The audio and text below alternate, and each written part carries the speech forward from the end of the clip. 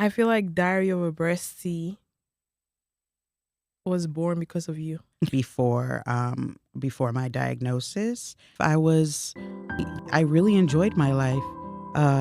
So it was one of those things where I was like, do I want to go through this? Do I want to lose my hair? Do I want, all the side effects that come with it? I've lived my life. Mm. I think I'm content with it, but it would be a matter of like, I wouldn't be able to tell my family. What you had to deal with mentally after the 4 months to find out you're at a different stage. Yeah, I went from like an early stage to a late stage. And I mean, granted, I was not eating healthy. I was just living life because at that point I was like, who knows how long I got type thing. Like, I'm not the only one that knows like this is something serious. Mm-hmm. But I don't have to like always be sad about it. Different people I met, different cancers, different cancer stories. Some of the people in the group are no longer with us, and they've become like a small little family for me. Welcome to Diary of a Breastie, where real stories of survival, faith, and healing come to life. I am your host, Lucci, and today I am joined by my friend, Angie Fowler, an incredible woman whose story of courage, I would say, definitely touched my life in the deepest way possible and even birthed, might I say, Diary of a Breastie. And her story reminds us that there's light on the other side. Let's dive in. All right. So I feel like Diary of a Breastie was born because of you. And I mean it. I'm sharing, in my opinion, it's very important to like, I guess for me, it's more of a testimony than a story, but more of like a hope thing.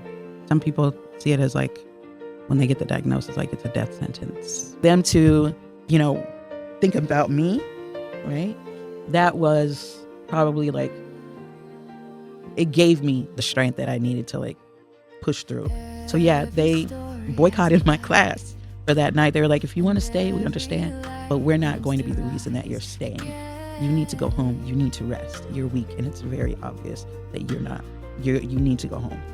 Yeah, I really enjoyed my life.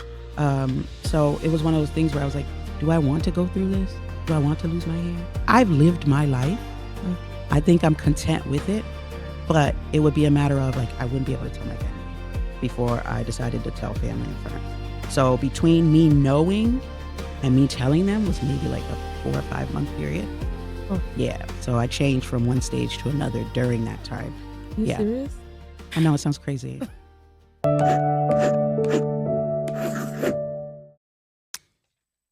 I also want to, I guess, touch on life after treatment, like what that looked like. Because I feel like going through the cancer treatments is one thing, but after it is another journey that I don't think that gets the stage as it should be. So I want to know, you talked about just, being passionate about regular screenings and just awareness. Um why are you that passionate? What is the message that you're trying to send?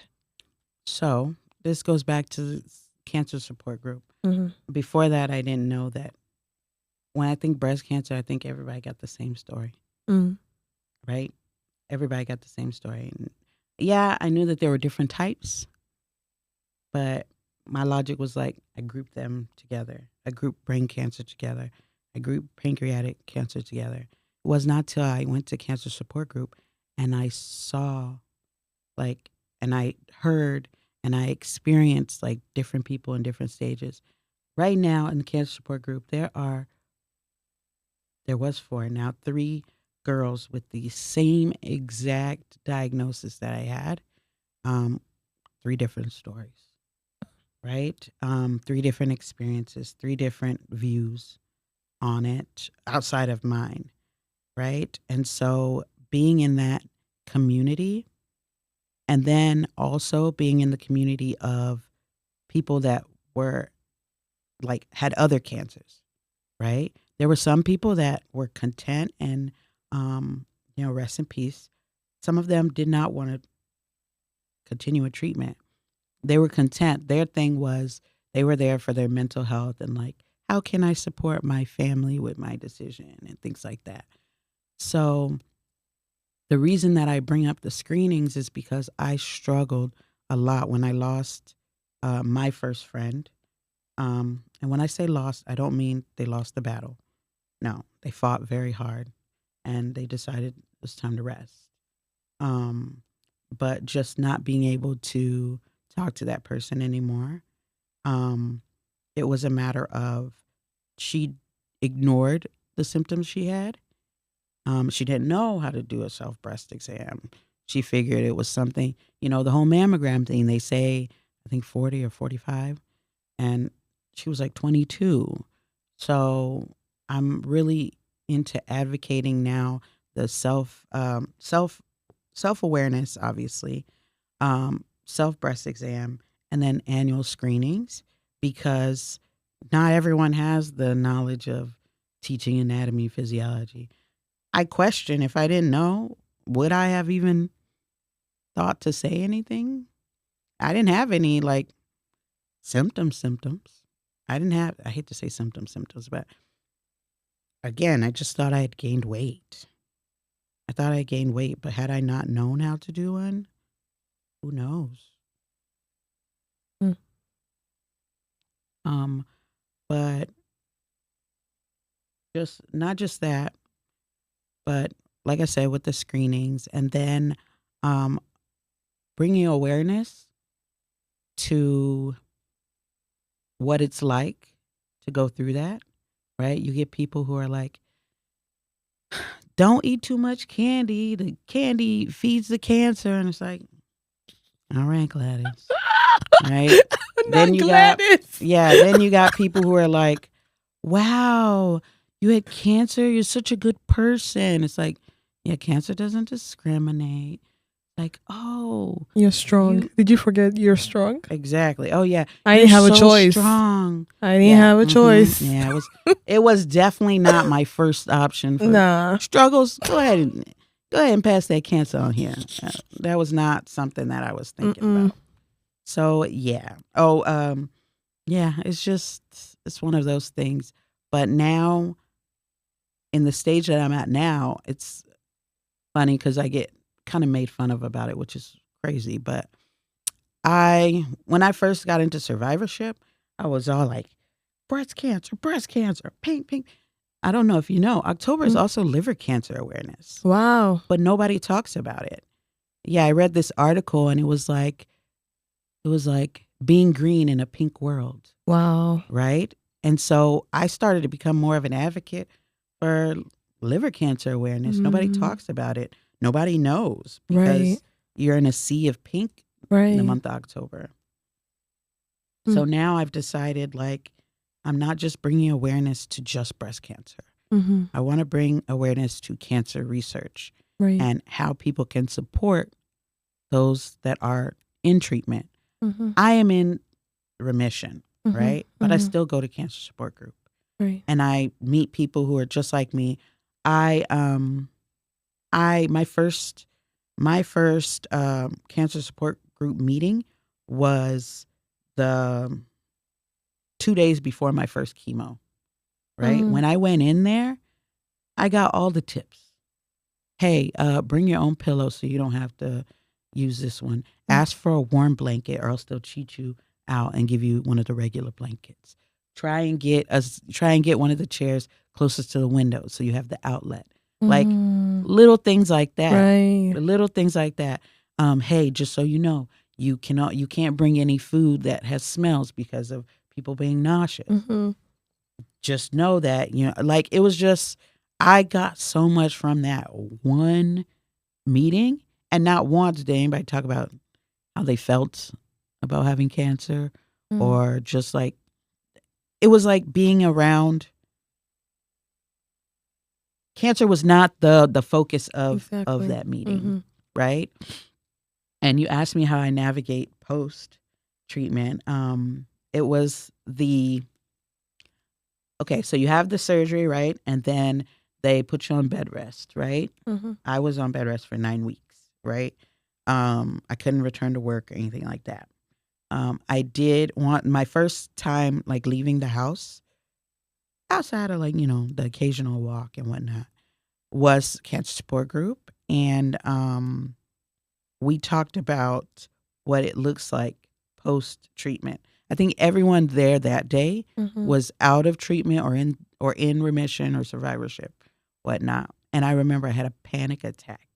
Mm. Remember at the beginning I told you I never prioritized dating. I never Mm. prioritized it. And the reason I had the panic attack was because there was a guy in there, he had testicular cancer. Mm. And we were talking about, how all these different aspects of life, we're all young adults, right? We're all in Mm-hmm. our 20s and 30s. And he was saying how hard it is to date, that at this point now, like on his online dating in his profile, he puts in there testicular cancer survivor. He puts in there like may not be able to give you children naturally. Like Mm. he puts that in his profile just so that they already know in advance what they could potentially be getting. So I had a panic attack because I thought to myself, like, I'm going to have to tell somebody about this. And I didn't mention it before, but I was interested. I was talking to someone when I got my diagnosis. Mm. And I told him about it, and he ghosted me. Wow. He ghosted me. And then there was one guy that I also was like somewhat interested in while I was diagnosed. Well, I mean, while I was in treatment, but I didn't say anything. And then I'm not really sure how he found out. I think we have probably a mutual friend at the time, told him. And then he told me that he cannot, like, he doesn't see this going anywhere until, like, maybe he literally said, hit me up when you're out of treatment and we can see where it goes. And so, yeah, Oh, like wow. I thought about those. And then when I had that panic attack, it was just because I had already struggled with telling people when I was. Mm-hmm. Now I got to tell somebody that I froze my eggs because we may or may not struggle. Like just things like that. Like having to tell somebody. I know some people who their first thought is like, okay, if we have kids, are you going to pass? What's the likeliness of them getting, the gene? Mm-hmm. Like you, as a That's not. woman at least, those are the thoughts that went through my head. Yeah. So yeah. So for me to meet my husband and all that good jazz and I have know. kids is great. Yeah. That's. We're gonna get to that part because I that's um I think that did something to me when I first met you Mm-hmm. because like you, I too had lost all hope. I mean, I was interested in dating, but at the time I wasn't dating when I no, actually I was dating when my mom was diagnosed and everything. And the guy I was dating ended up manufacturing some sort of argument and then we broke up. And so, throughout that time when my mom was sick, I just had to just pay attention to her. And then eventually, when I found out about my diagnosis, I was like, well, at this point, it's peace out. Like, who Yeah, gonna want me? exactly. Exactly. Especially in our culture and just I'm trying to what tell kind of you. juju was put up on your Like, life. And yeah. I was like, okay, well, yeah, might as well just. Are they still taking people to be nuns? Because that It's the extreme. yo, It's the I extreme for no, me. but meeting you and when I met you, I had just gone through my mastectomy, Mm-hmm. and I think it was just a couple weeks after, and I came with my brother. I don't know if you remember. Yeah, to the AYA event. I don't know if you remember, but I was like, we know each other. And you were like, no, I've never met you before. And I was like, I know we've met before. I was so creepy with it, but I was like, no, I know we met before. And you were like, sorry, sis, I've never met you before. And then I remembered like your purse. And I Mhm. remember complimenting you on the purse. And then I remember we played some game and you tried to like make go fish out of like regular playing cards, and everybody at the game night was like, girl. And then I remember I told you, and you were like, oh, yeah. Yeah, we didn't know each other's name, but I was like, I know. It's very rare that I forget a face, especially a face that's like pretty. Like, yeah, I was like, it's very rare. So yeah, so Cancer Support Group's the first time we like spoke and talked and got to know each other. Yeah, it was like at an AYA event. Yeah, Top Golf, I think. Yeah, exactly. Yes. Yeah, I remember. And no, you're spot on. I don't even remember the other parts. I just remember it was with you telling me your story. I remember looking at your engagement ring. Yes, I did. Thank you, Ryan. I was like, oh, she got a man, and her man is apparently crazy about her. I got hope. Yes, and that's all God, because I met him at the end of treatment. And what's funny is that like he had a situation going on with the ex that had medical issues as well, right? And so some of my friends were like, girl, it's probably a fetish. He probably likes, this is a whole thing. And so he never asked me what it was. He knew that there were times where I was like just really struggling with like the hot flashes and stuff like that. And this was like, I was almost, if I remember correctly, I had just finished like entering like the remission phase. Like I still had my port and all that good jazz, but I had already had the double mastectomy and I already had my reconstruction. But yeah, I was still bald and all that. And when I first met him, I was wearing the wigs. And one time he saw me like struggling. He's like, take the wig off. Jeez. Shout out to you, Ryan, for being the real one. Exactly. Yeah, he was like, it's okay. You can take the wig off. So yeah. Oh my God. Man, speaking about Ryan and just life after treatment, I can't help but just be grateful to be witnessing who you are today. So one thing I will say is that, yeah, a lot of women, including myself, are just like, I'm damaged goods. It's gonna, like, it was already hard before, and now it's even more difficult. And I promise you, again, like, I met my husband online. He might be upset that I told, oh, well. I met my husband online. And the reason I had met him online is because the Cancer Support Group told me, Angela, you don't have that much dating experience. Go online dating. You'll get the rejection you need to learn how it feels, right? And to figure out what it is that you want. This was after I had that panic attack. So I got on strictly for the purpose of like getting the experience of dating. I had no intention of meeting someone there. I was going to make sure that after I got my experience, I'd go out and meet people organically, right? And have that happen. So yes, Ryan was like not even like, it obviously wasn't planned, but I never saw that happening.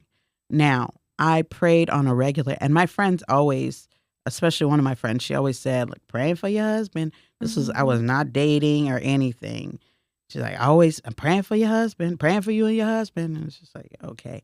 Not knowing that, yeah, he was on his way. And yeah, I'm grateful. I prayed to God that whoever it was going to accept all of me, not just the cancer side, the corniness, right? My family and the culture and all that good jazz, right? Me being open to whoever it is and not being closed-minded to whoever it is that God sends me. And so, yeah, once I'm not trying to say, yeah, I didn't do nothing, but I didn't prioritize it, and God still provided. So the thing I always tell like women when they're like, please do not think that your situation you're in now is going to have any effect on what future man you get or what future, partner you have. That's not the case. No. It's yeah, what's for you will be for you, right? Yeah. What God has made for you is for you. It's not for anybody else. Hmm. So yeah, married. I have 2 kids that I had Two naturally. beautiful Thank you. kids. 2 kids that I had naturally. I didn't even have to touch my eggs. Hmm. Yeah, I didn't have to touch my eggs. I actually dissolved my egg locker this past year Wow. because I was like, Lord, you gave me a pair. You gave me a boy and a girl. If you want to bless me with another one, that's great. If not, I'm okay with that too. So yeah, I dissolved my egg locker.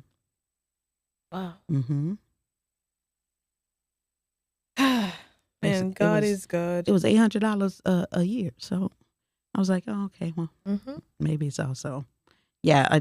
Insurance paid for it the first 2 years, Yeah. and then after that, yeah, I Mine had to was start paying one for it. year. Mm. So I have to start paying now. Listening to you talk about those first days reminds me of something that means so much to me. And I want to take this moment to really sincerely thank our sponsors, Port. Port is a modern, port accessible clothing brand founded by a cancer survivor, somebody who understood firsthand what comfort and confidence mean during treatment.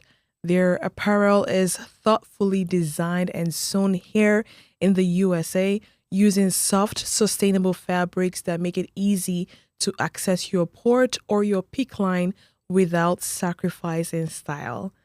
It's the kind of innovation that just reminds us you don't have to give up feeling like you while you're healing. So thank you, Port, for supporting this community, supporting this movement, and helping us bring these powerful stories to life. You can learn more about Port at their Instagram handle, We Are Port, or on their website, and all that information will be in the show notes wherever you get your podcast from or in the YouTube description. I know you talked about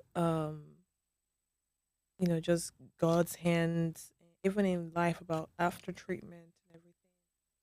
Um, where have you seen God's hand that you would say was not that obvious, but after the fact became so obvious? Whether that be, before the diagnosis, during maybe the whole journey. Um, I hate to say miracles, but there were times where I'm like, Lord, that was 1000% you.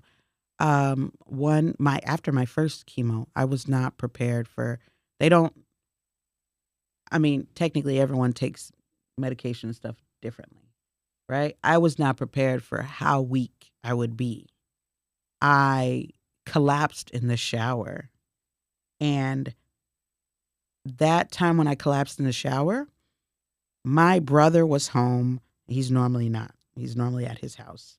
My sister was normally at work at that time, but she just happened to be there, right? I was supposed to be watching my nephew, who at the time was like 4, right? So, yeah, 3 turning 4.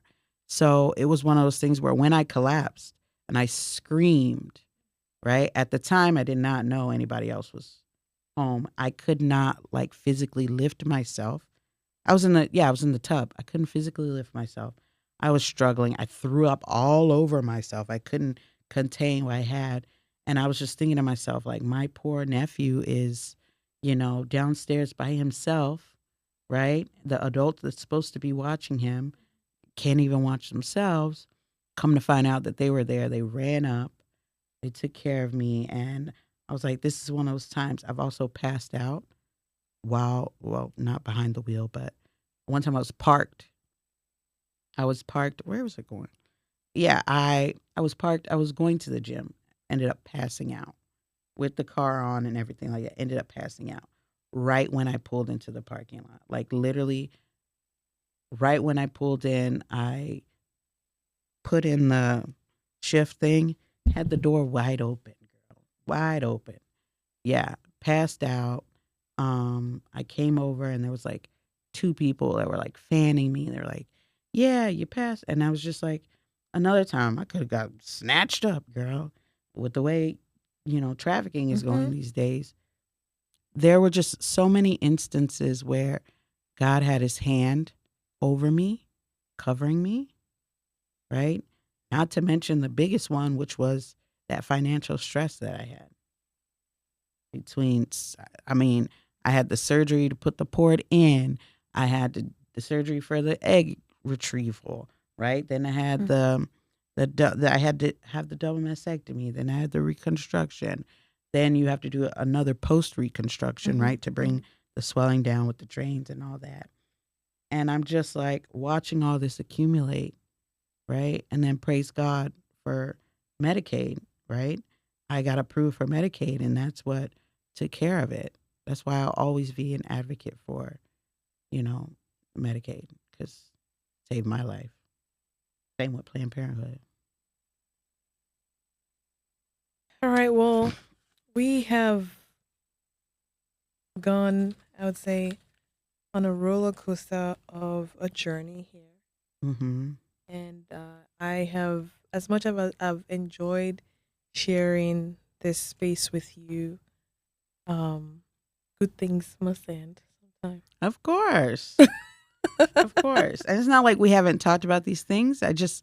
I think it's awesome that you're now being able to share like these type of conversations that we have with people out there. I know of people who are like, they don't want to, I've advocated, like, not Right. advocated. I have encouraged, like, oh my gosh, come to support group. And they're like, nah, that's not for me. Or, nah, I don't want to be sad. And it's just like, Mm-hmm. some of these conversations, I think, are for people like that.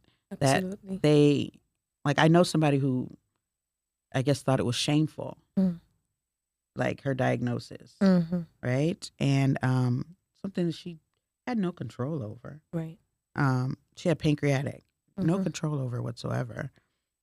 But she didn't want to be around anybody in that community, and she wanted to keep it a secret. And I, encouraged her, like, if you're not going to seek, like, if you don't want to be a part of a community, Mm-hmm.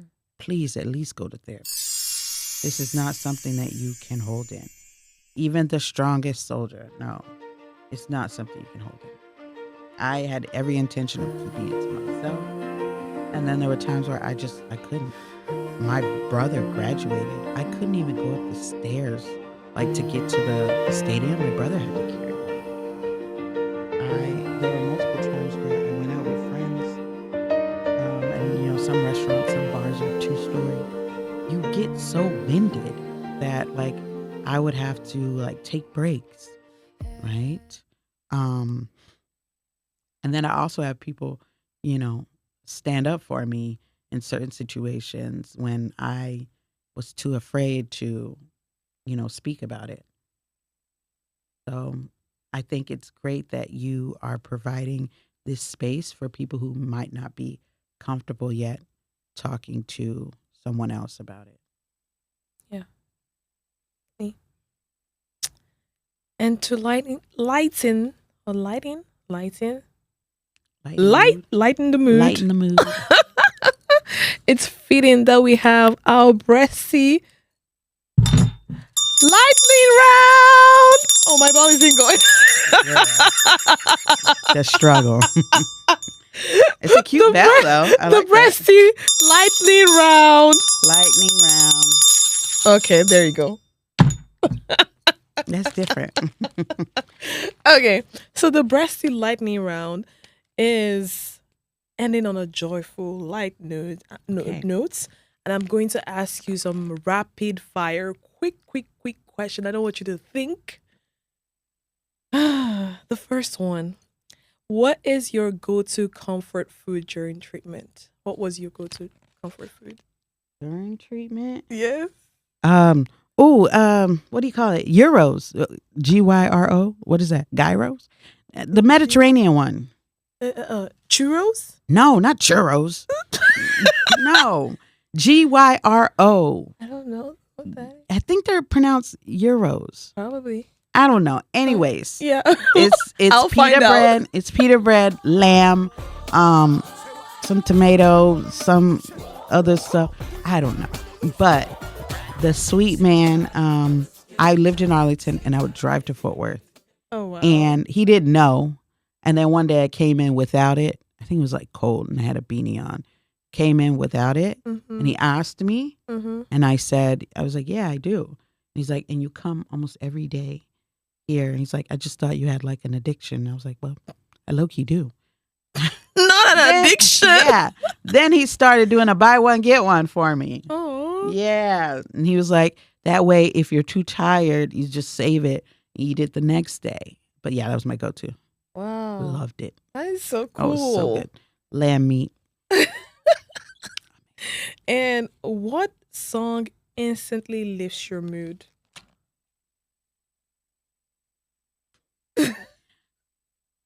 I have to go. I want to say that. Oh, gosh. Okay. So I have two. Mm-hmm. I have a Christian one and then I have a not so Christian one. Okay, we want to hear both of them. Okay. So the first one, I would say anything Kirk Franklin, but specifically Revolution. Do you want a revolution? Ooh, ooh. Yeah. Right? Okay. Brighter Day. All that whole Rebirth album is just and then Which one is it? I'm sure it's not that bad. It can't be. no. Gosh. Trina does Which a song. one is it? It's Pullover. Sing it. No. No, but I did have the importance of like keeping the community you already have, Okay. right? I had a head shaving party. I had a head shaving party. The oncologist that I had said, Angela, because she was a breast cancer survivor. She said, Angela, she's like, this first chemo is going to be very aggressive. She's like, you're going to get up and you're going to run your fingers through and you're going to look and see it. She's like, my suggestion to you is to shave it before. If you shave it before, it's less of a, you don't really notice it. And so, yeah, I had a head shaving party with all my closest girlfriends and the lady who normally did my hair. And she shaved it. Cool. We cried. My mom refused to come. She said she couldn't handle it. But yeah, we cried. My sweet sister, Monica, she actually hosted it at Miss Kenya's house. Shout out to Miss Kenya as well. And yeah, we just cried. It took maybe like 2 or 3 hours before I could look in the mirror. I kept my ponytail for like maybe 4 years before I finally let it go. Before I finally threw the ponytail away. But yeah, I definitely suggest it for if you know that you're going to, especially African American hair, because every Black woman that I've known of that has tried to do the cold cap, it only made it worse. So for those of you thinking about the cold cap that have like, natural 4C hair, I'm not trying to discourage you from it, but. Yeah. My hair was already bad, so yeah, I was like, well, I might as well just get it off. I permed my hair. Yeah, me too. Right? And so it was thick and that's another thing. And you still have good hair right now. That's the thing that people don't tell you about also is that when everything changes post, there's no way you can go back to your old life. Oh, yeah, absolutely. Everyone thinks like, now I'm done. I can go back. No, there's no way you can go back to your old life. There might be aspects of it, but no. And so for one, like I've never had to take care of 4C hair. So that's been a struggle. But every time I go get my hair done, the number one compliment I get is, oh my gosh, your hair, it just feels different. I'm like, yeah, I had to regrow it. I was like, it's technically virgin hair. And I get so many compliments from like hairstylists who they just apparently it's very free flowing. It's much easier to deal with than hair that's been like chopped and not chopped, but like fried and Hmm. You know, I still get a silk press. That's But yeah. interesting.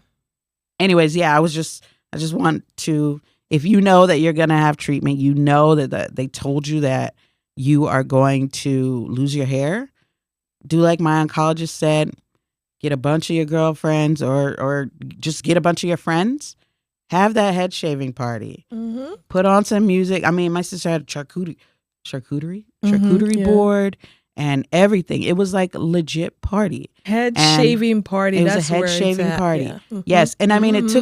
it took me a while to look in the mirror. And you know, your friends will gas you up. They'll gas you up, be pre-cut and post-cut. So yeah. Yeah. It was much easier to handle too after that. After like that I had that head shave, it was much easier. And I got a lot of compliments. Apparently, I have a nice shaped head. Who knew? Who knew? All right. Final question. Finish this sentence. I am a breastie because. Because I didn't make my diagnosis my end all. Mm. Because I made sure to use my platform or use my situation as a testimony. I'm not saying cancer was the best thing to happen to me. No.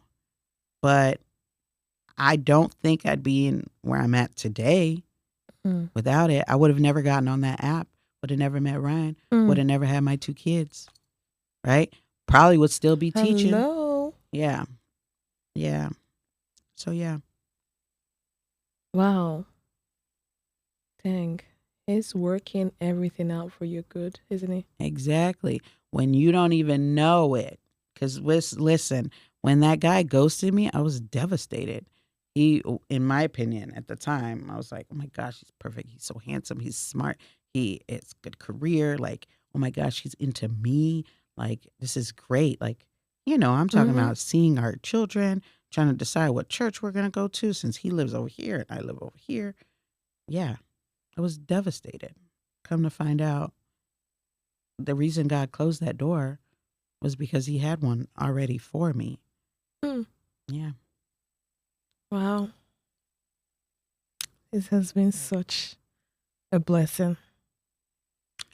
It's been such a blessing to talk to you, to be your friend. Yeah. I'll take that Me back. too. It's been a blessing just to be your friend. Yeah. I've enjoyed our friendship, our sisterhood. Yeah. Yeah.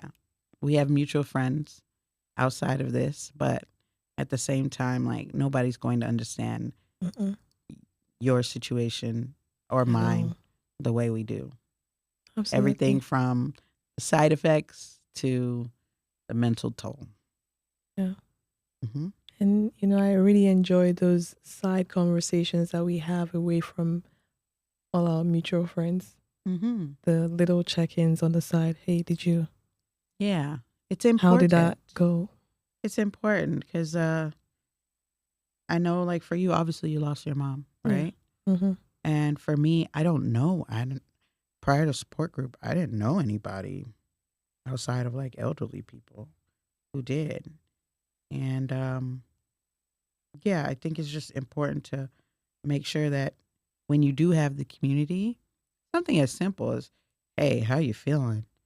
Makes all the difference in the world. Yeah. Yeah. Yeah. Mm. Do I get to ask you questions? Is that a thing? Yeah, you can. What's on your mind? What's your guilt? What was your guilty pleasure when you were in treatment? What was your guilty pleasure? Jesus. You know what to know. I do. Now it could be food, it could be TV, it could be anything. It was food, specifically Nigerian food, from a particular restaurant in Nigeria. Oh Lord, how did you finesse that? Dang.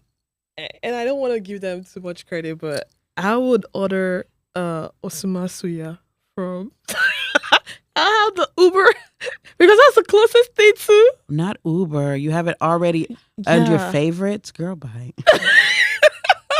Girl. No. Yo, oh my God. When I was in treatment, I loved like WWE and Ninja Warrior, American Ninja Warrior. I used to watch it all the time with my nephew. But like sometimes when my nephew wasn't there, I was watching it. I loved it. It was, I mean, and then post treatment, I went to some of the like arena shows. I met a whole nother community that was into that. Yeah. Wow. Yeah. And post treatment, talk about survivorship. Mhm. One thing I will say, remember I told you that post treatment you do you come out a different person, Mhm. right? Even if you're not trying to. And for me, I'm not saying I was always a scaredy cat, but I was very cautious. My friend took me to Costa Rica right before. I was so nervous about the surgery, the double mastectomy. Mhm. Obviously, something could go wrong, Mhm. right?